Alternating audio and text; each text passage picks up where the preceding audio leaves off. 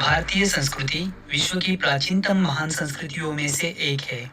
हमारी वैदिक रचनाओं के आधार पर हम भारतीय हमारे प्राचीन इतिहास को बड़ी गौरवता से विश्व के सामने प्रदर्शित करते हैं। लेकिन हमारी वैदिक संस्कृति से भी पहले हमारी भारत भूमि पर एक विकसित सभ्यता वास करती थी, जो अपने समय काल की विश्व की सबसे उन्नत और विस्तृत सभ्यता थी, जो भारतीय उपमहाद्वीप पर आर्यों के आगमन से पहले एक विकसित समाज का निर्माण कर चुकी थी, जिनके नगर विश्व के सबसे उत्कृष्ट रचनाबद्ध तरीके से बनाए नगर थे।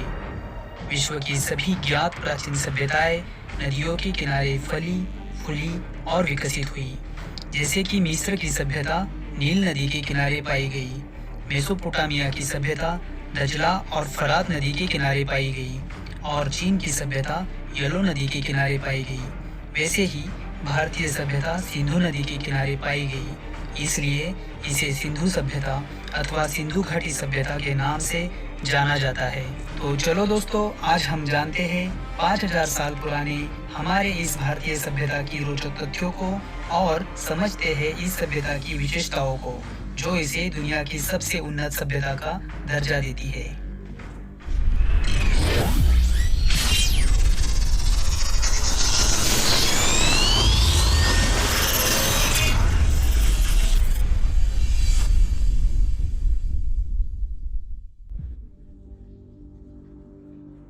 दोस्तों, सन 1826 में सर चार्ल्स मैसन नाम के एक अंग्रेज शख्स भारत के उत्तर पश्चिमी पंजाब क्षेत्र का दौरा कर रहे थे, जो कि आज के पाकिस्तान का पंजाब प्रांत है। उन्होंने वहां के हड़प्पा क्षेत्र में जमीन के नीचे दबे पुरातन अवशेषों का निरीक्षण किया और सन 1842 में लेख लिखकर सर्वप्रथम दुनिया के सामने इस बात को प्रदर्शित किया। उसके बाद सन 1853 से 1856 के बीच कराची और लाहौर के दरमियान जब रेलवे लाइन का निर्माण कार्य शुरू हुआ, तब रेलवे इंजीनियर्स बर्टन बंधु, जिनका नाम जेम्स और विलियम बर्टन था, उन्हें हड़प्पा में मजबूत ईंटों का पता चला। अति प्राचीन खंडहरों के अवशेष के रूप में प्राप्त इन ईंटों का इस्तेमाल उन्होंने रेलवे की पटरी के निर्माण कार्य में किया। उसके पश्चात सन 1856 में अलेक्जेंडर कनिंघम नामक एक अंग्रेज अधिकारी ने हड़प्पा का निरीक्षण करके मानचित्र बनाया। ये वही अंग्रेज अधिकारी थे जिन्होंने सन 1861 में भारतीय पुरातत्व विभाग की स्थापना की। सन 1921 में इसी भारतीय पुरातत्व विभाग के प्रमुख सर जॉन मार्शल के नेतृत्व में पहली बार हड़प्पा का आधिकारिक तौर पर उत्खनन कार्य प्रारंभ हुआ। भारतीय शोधकर्ता दयाराम साहनी ने सन 1921 में हड़प्पा का उत्खनन कार्य शुरू किया और सन 1922 में राखलदास बैनर्जी ने सिंध प्रांत के मोहनजोदड़ो में उत्खनन कार्य शुरू किया और दुनिया के सामने हड़प्पा के रूप में पहली बार सिंधु सभ्यता का रूप उजागर हुआ और इसीलिए आज इस पूरी सभ्यता को हड़प्पा सभ्यता के नाम से जाना जाता है। इस सभ्यता के ऐतिहासिक महत्व को समझते हुए भारत भर में अन्य कई जगहों पर इसके उत्खनन कार्य को गति मिल गई। भारत और पाकिस्तान जब आज़ाद हो रहे थे, उस वक्त तक इससे जुड़े 40 से 50 नगरों की खोज हो चुकी थी और आज तक इस खोज ने हमें लगभग 1500 नगरों से परिचित करवाया है, जिनमें से ज़्यादातर नगर भारत में पाए गए हैं, जिनकी संख्या लगभग 925 तक है। पाकिस्तान में पाए गए नगरों की संख्या 575 के आसपास है और अफगानिस्तान में 2 नगरों की खोज हो चुकी है। इससे आप समझ सकते हैं कि यह सभ्यता कितने विस्तृत क्षेत्र में फैली होगी। अब तक के उत्खनन के आधार पर इसके सीमा का निर्धारण अगर हम करते हैं तो हमें सबसे उत्तर में जम्मू कश्मीर से प्राप्त होता है मांडा नगर, सबसे दक्षिण में महाराष्ट्र में दायमाबाद, पूर्व में उत्तर प्रदेश का आलमगीरपुर और पश्चिम में बलूचिस्तान का सुतका गिडोर। कुल मिलाकर देखा जाए तो 13 लाख वर्ग किलोमीटर से भी अधिक क्षेत्र में यह सभ्यता फैली हुई थी। इसका उत्तर दक्षिण विस्तार 1400 किलोमीटर तक माना जाता है और पूर्व पश्चिम विस्तार 1600 किलोमीटर तक माना जाता है। इसकी तुलना हम विश्व की समकक्ष अन्य सभ्यता से करें तो मिस्र और मेसोपोटामिया की सभ्यता मिलाकर भी उससे 12 गुना बड़े क्षेत्र में हड़प्पा सभ्यता फैली हुई थी। इस सभ्यता के कार्यकाल के बारे में अलग अलग इतिहासकारों की अलग अलग राय है। सर जॉन मार्शल ने इसका कार्यकाल ईसा पूर्व 3250 से लेकर ईसा पूर्व 2750 तक माना।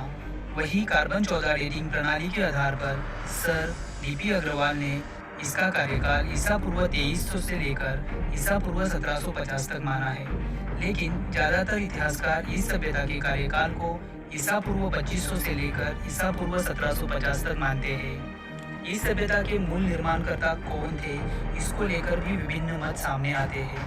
ज़्यादातर भारतीय इतिहासकारों का यही मानना है कि यह सभ्यता यही के मूल निवासी स्थानीय लोगों ने निर्माण की थी, जबकि मार्शल, व्हीलर, गार्नर चाइल्ड जैसे विदेशी इतिहासकार कहते हैं कि इस सभ्यता के निर्माता सुमेरियन सभ्यता के लोग थे, क्योंकि दोनों सभ्यताओं में काफ़ी समानताएं हैं।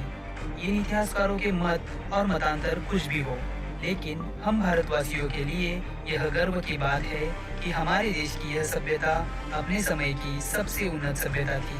इसके जैसा नगर नियोजन तत्कालीन दुनिया की अन्य किसी भी सभ्यता में नहीं पाया गया है। इन लोगों को लिपि का ज्ञान था। चित्रात्मक अक्षरों के सहारे इन्होंने अपने विचारों को लिपिबद्ध करना सीख लिया था। इन्होंने तांबा और टीन को मिश्रित करके कांस्य धातु के निर्माण की कला अवगत कर ली थी। उत्खनन में मिले अवशेषों के आधार पर यह पता चला है कि ये लोग मापतोल करना जानते थे। इन्हें मिट्टी से बर्तन, औजार और खिलौने बनाने की कला अवगत थी। इन्हें गणित का ज्ञान भी अवश्य होगा, तभी इन्होंने रचनाबद्ध और विशाल भवन बनवाए थे। इनकी ईंटें प्रमाणबद्ध थी। लगभग सभी जगहों पर मिली ईंटें सम प्रमाण में पाई गई है, जैसे इन्हें एक ही जगह पर बनवाया गया हो। पाकिस्तान के सिंध प्रांत में मिला मोहनजोदड़ो नगर इस सभ्यता का सबसे बड़ा और सुनियोजित रचनाबद्ध नगर है, इसलिए इसे हड़प्पा सभ्यता की राजधानी के रूप में भी देखा जाता है। मोहनजोदड़ो अपने आप में ही एक अद्भुत नगर था। इस नगर के बारे में हम अलग किसी वीडियो में विस्तृत रूप में जानेंगे। भारत के हरियाणा राज्य में खोजा गया राखीगढ़ी यह नगर भारत में खोजा गया सबसे बड़ा नगर है। भारत के गुजरात राज्य में सबसे ज़्यादा नगरों की खोज हुई है। यहाँ की लोथल नगरी बंदरगाह के रूप में प्रसिद्ध है। यहाँ से हमें प्रदेश व्यापार के प्रमाण भी प्राप्त होते हैं। ये सभी नगर विशेषतः दो हिस्सों में बटे हुए दिखाई पड़ते हैं, जिसमें ऊपरी हिस्सा पश्चिमी टीले के रूप में देखा जाता है, जो समाज के धनिक, अमीर, पुरोहितों की रहने की जगह हो सकती है। इसे दुर्ग भी कहा जाता है। और दूसरा हिस्सा पूर्वी टीला, जिसमें किसान, मजदूर और जनसामान्य वर्ग की रहने की जगह पाई गई है। यह हिस्सा नीचे की तरफ पाया गया है। ऊपरी हिस्से में ज़्यादातर बड़े और पक्के भवन और सार्वजनिक वास्तु पाए गए हैं, जिन्हें ऊंचे तटबंदी से संरक्षित किया गया है। इसकी तुलना में निचले हिस्से में छोटे और कच्चे ईंटों से बने मकान दिखाई पड़ते हैं, जो तटबंदी से संरक्षित भी नहीं है। इन सभी नगरों में एकमात्र नगर ऐसा पाया गया है जो दो की जगहों पर 3 हिस्सों में विभाजित है। इसका नाम धोलावीरा है, जो गुजरात राज्य में स्थित है। इसमें मिला तीसरा हिस्सा पूर्वी और पश्चिमी टीले के बीच में स्थित है, जो मध्यमा के नाम से जाना जाता है। यह व्यापारी वर्ग के लिए बनाया गया क्षेत्र मालूम पड़ता है। हड़प्पा सभ्यता के नगरीय रास्ते विशेष रूप से प्रशंसनीय है, क्योंकि वे नियोजनबद्ध तरीके से एक दूसरे से समकोण में काटते हैं। रास्तों की इस पद्धति को ग्रिड पद्धति कहा जाता है। मुख्य रास्ता 10 मीटर तक चौड़ा पाया गया है और उससे मिलने वाले अन्य रास्ते 3 से 4 मीटर तक चौड़े पाए गए हैं। सभी के घरों के दरवाजे मुख्य रास्ते की तरफ न खुलते हुए गली में खुलते दिखाई पड़ते हैं। हर घर में कुआं, स्वच्छता गृह और जल निकासी के लिए नालियाँ मिलती है, जो मुख्य नाली से जुड़कर खराब पानी को शहर से बाहर ले जाती है। यह सभी नालियाँ ऊपर से ढकी हुई दिखाई पड़ती है। गुजरात के धोलावीरा नगर में लकड़ी की बेहतरीन नालियाँ पाई गई है, जो आज भी सुस्थिति में दिखाई देती है। यह सभ्यता विशेष रूप से अपने सामूहिक स्नान गृह, सभागृह, विशाल अन्न भंडार और गोदामों के लिए प्रशंसनीय मानी जाती है। इनके खान पान में गेहूँ, जौ, तरबूज, खरबूजा, खजूर, राई, सरसों, तिल और कई जगह पर चावल आदि धानों के प्रमाण पाए गए हैं। सजने संवरने के लिए यह लोग सोना, चांदी, हाथी के दाग, शंख, सीपी, मनके से बने आभूषणों का इस्तेमाल करते थे। इनके वस्त्र सूती, ऊनी और कढ़ाईदार पाए गए हैं।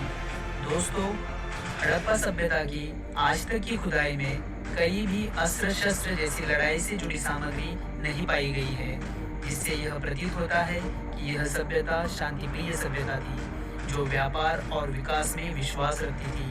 इनकी लिखी चित्रलिपि को पढ़ पाना आज तक इतिहासकारों के लिए संभव नहीं हो पाया है, लेकिन जब यह लिपि को पढ़ा जाएगा तब इस सभ्यता से जुड़े बहुत से राज खुल जाएंगे। शायद वह राज हम भारतीयों के लिए और भी गौरवान्वित करने में सक्षम होंगे। इसी आशा को मन में रखते हुए आप सभी दोस्तों से यही रुकने की आज्ञा चाहता हूँ। दोस्तों, अगर आपके शहर के आसपास कहीं भी इस सभ्यता से जुड़े नगरों के अवशेष है तो उन्हें देखने जरूर जाइएगा। अगर आपको मेरी ये जानकारी अच्छी लगी तो अपने दोस्तों में शेयर कीजिए। वीडियो को लाइक करके कमेंट में अपनी राय जरूर दें। और अगर अभी तक आपने हमारे चैनल को सब्सक्राइब नहीं किया है तो चैनल को सब्सक्राइब करके बाजू वाले बेल आइकन को ऑल पे सेट कीजिए ताकि आने वाले वीडियो की नोटिफिकेशन आपको तुरंत